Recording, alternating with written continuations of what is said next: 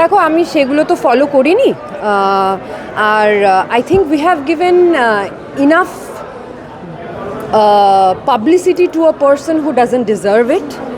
And আমার লড়াইটা সবসময় ছিল সত্য নিয়ে। আমার লড়াইটা সবসময় ছিল, আমার প্রতিবাদটা ছিল একজন নারীকে অসম্মান করার জন্য।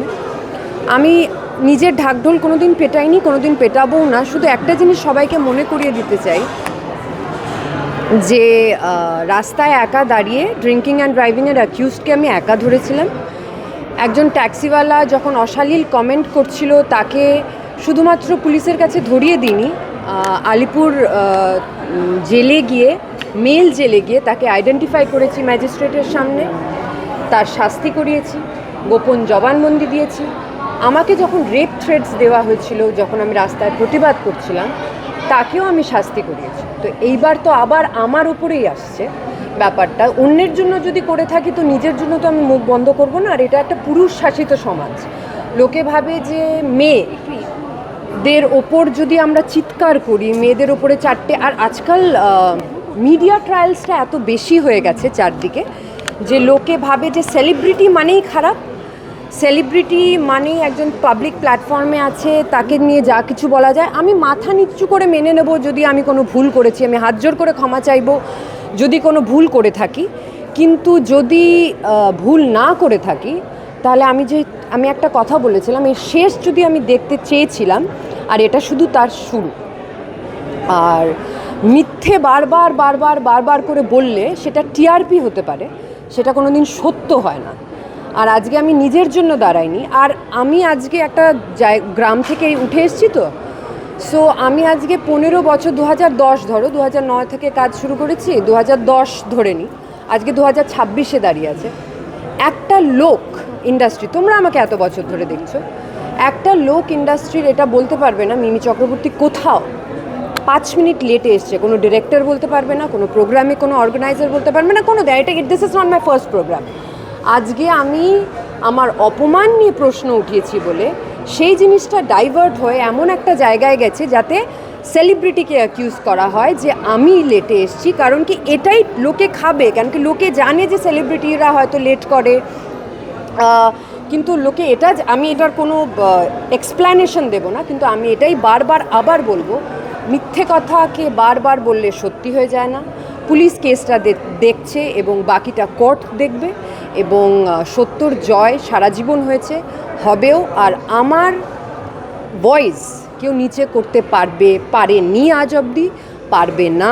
আমি ভয় পাই না। আমি যেটাকে ভয় পাই সেটা হলো আমার কর্ম, আর এই ক্ষেত্রে আমার কর্ম এতটাই স্বচ্ছ যে আমি মাথা উঠিয়ে আই উইল উইন ইট।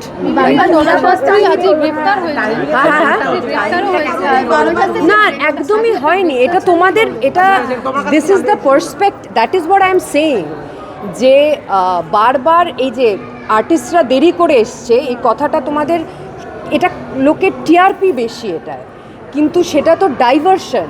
একটা মানুষ, আমি বলবো না যে আমি কী করছিলাম না করছিলাম, I was waiting behind the stage for last 20 to 30 minutes, ঠিক আছে, সেই দিকেও আমি যাব না, এটা তো কোর্ট ডিসাইড করবে।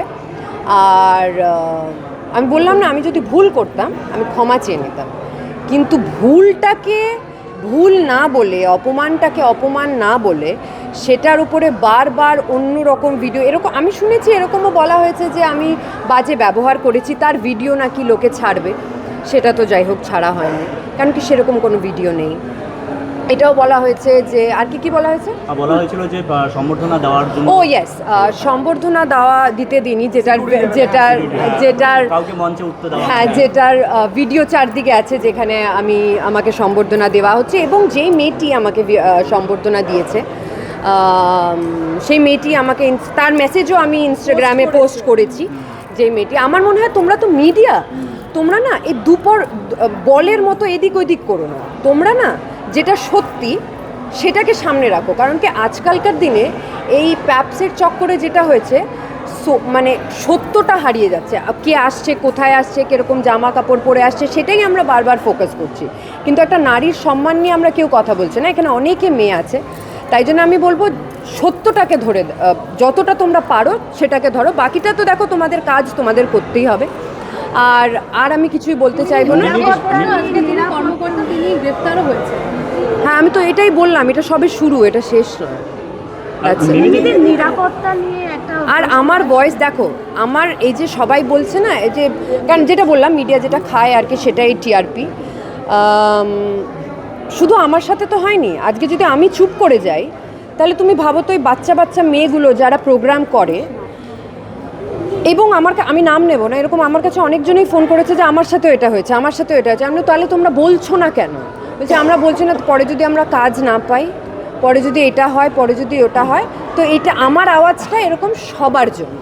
তোমাকে নাকি বাড়ি যেতে বলা হয়েছে, Yes. তুমি যাওনি বলে Yes. সেই বহিঃপ্রকাশ, এটা কি? আমি তোমাদের একটা জিনিস রিকোয়েস্ট করব, 1:1 কোয়েশ্চেন আনসার আমরা করব না, কারণ কি আমি আবার বললাম fake publicity, we have given them enough.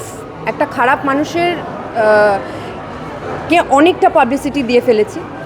আর এটাই বলতে চাই যে ভগবানের নাম করে রুদ্রাক্ষ পড়লেই ধার্মিক হওয়া যায় না, ধর্ম কর্মর থেকে হয়, কর্ম স্বচ্ছতা এবং সত্য দিয়ে হয়। তো let the court decide what is true.